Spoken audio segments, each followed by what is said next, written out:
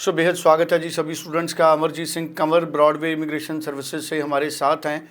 Student visa को लेकर जो कनाडा में चेंजेस हुई हैं, उसके बाद स्टडी वीज़ा से लेकर पीआर तक का जो विद्यार्थियों का सफ़र है वह कैसे पूरा होगा, किन बातों का ख्याल रखने की ज़रूरत है, अमरजीत सिंह कंवर पूरी क्लैरिटी हमको देंगे। और सारे स्टूडेंट्स को मैं निवेदन करूँगा बड़े ध्यान से आप इस वीडियो को सुने और कोई कन्फ्यूज़न है तो तुरंत फ़ोन करें। कनाडा के अंदर जो अब चेंजेस हो चुकी हैं और जो आने वाले फ्यूचर में हो भी सकती हैं, उसे लेके अब स्टूडेंट का क्या रास्ता रहेगा कि वो अपने स्टडी वीज़ा से पीआर की तरफ बढ़ सकता है या नहीं बढ़ सकता है या कैसे बढ़ सकता है। तो भाई एक इम्पॉर्टेंट चेंज जो मैंने पिछले 2 वीडियोस में एक्सप्लेन किया कि डिप्लोमास के अंदर अब ये रास्ता काफ़ी रिस्की हो चुका है, क्योंकि बहुत सारे कोर्सेज उन्होंने डिप्लोमा लिस्ट के बाहर कर दिए हैं अपनी पीजीडब्ल्यूपी के लिस्ट में से। तो मतलब जो बच्चे उन 178 कोर्सेज के अंदर ये सोच कर गए थे कि हमें पोस्ट स्टडी वर्क वीज़ा मिलेगा स्टडी ख़त्म करने के बाद और हम अपना पीआर ले सकेंगे, तो वो रास्ता अब उनके लिए बदल चुका है। और आने वाले दिनों में भी, फ्यूचर में भी जो बच्चे जाएंगे उनके ऊपर भी ये प्रॉब्लम आ सकती है। ये लिस्ट अब कभी भी चेंज हो सकती है, क्योंकि इसको मार्केट के साथ, मार्केट रिक्वायरमेंट के साथ कनेक्ट करने की कोशिश की जा रही है। तो अब इसके बीच में जो आपके लिए सेफ रास्ता बचता है वो बचता है डिग्री प्रोग्राम्स के थ्रू।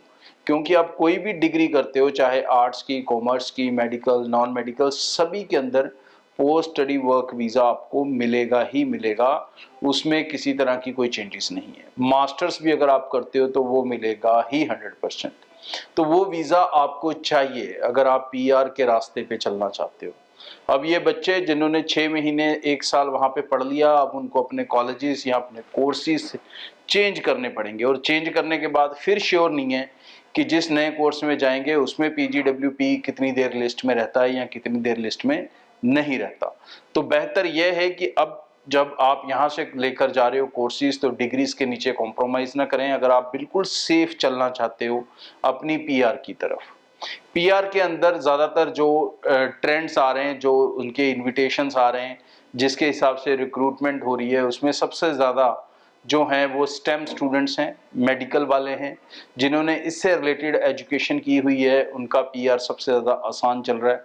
सबसे ज़्यादा चैलेंज कॉमर्स और आर्ट्स वालों बच्चों को देखने को मिल रहे हैं। लेकिन आर्ट्स के अंदर भी जो सोशल सर्विसेज के कोर्सेज हैं, पर्सनल सपोर्ट के कोर्सेज हैं, अर्ली चाइल्डहुड है, एजुकेशन है, उसके अंदर फिर भी कहीं ना कहीं पीआर ईजी है। तो बेहतर, सबसे ज़रूरी है कि पहले आप डिग्री प्रोग्राम सेलेक्ट करना शुरू कर लें, अपने दिमाग को समझा लें, तभी आप वीज़ा लेना भी आपका आसान होगा और पीआर का रास्ता भी बहुत ज़्यादा इजी हो जाएगा।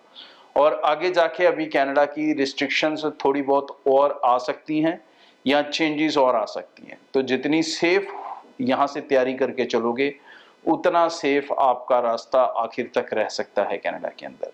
नहीं तो ऐसे बच्चे जिनके अब कोर्सेज लिस्ट से बाहर हो जाते हैं, इनको फिर पेड वर्क परमिट लेने पड़ते हैं, अलग अलग प्राइवेट कंपनी से उनको पैसे देने पड़ते हैं, कई कुछ होता है, और फिर उसके बाद वो पीआर के नंबर्स पूरे करने की कोशिश करते हैं। लेकिन अगर आप यहीं से सही चुनाव करके चलेंगे अपनी पढ़ाई को लेके, तो आपको इन दिक्कतों का सामना नहीं करना पड़ेगा। बेहद शुक्रिया। एक्सपर्ट हमारे साथ मौजूद थे। स्क्रीन पे नंबर है, आप इस नंबर पे टेलीफ़ोन करें या किसी भी नज़दीक की ब्रांच में विज़िट करें, पूरी क्लैरिटी हासिल करें, पूरी तसल्ली करें, उसके बाद अपनी ज़िंदगी का फ़ैसला करें। आप चाहे ऑनलाइन भी ईमेल करके अपना क्वेश्चन पूछें। मेरा कहना है कि नंबर है, आप फ़ोन भी करें, अपॉइंटमेंट बना के मिलें, लेकिन पूरी कन्फ्यूज़न, हर कन्फ्यूज़न अपनी दूर करने के बाद अपनी फ़ाइल लॉन्च करें, ताकि किसी तरह की आपको दिक्कत या नुकसान आपका ना हो। शुक्रिया।